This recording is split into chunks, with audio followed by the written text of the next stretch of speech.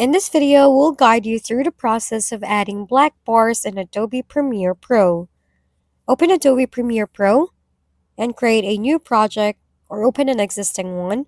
In the project panel, click on the import button or drag your video files directly into the panel. Select the footage you want to edit and drag it to the timeline.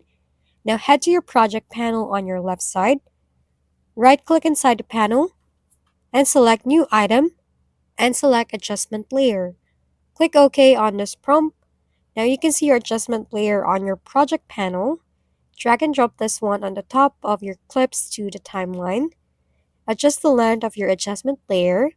In our case, let's adjust this until the end of our clip. Once done, go to Effects tab and search for Crop. Drag and drop this effect to your adjustment layer. Once done, navigate to your effects control on the top. Make sure that your adjustment layer is still selected.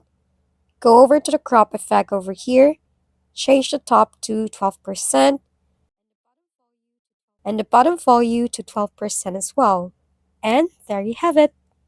If we've been helpful, kindly give us a thumbs up and don't forget to hit the subscribe and bell button for more contents. For any questions and suggestions, comment down below.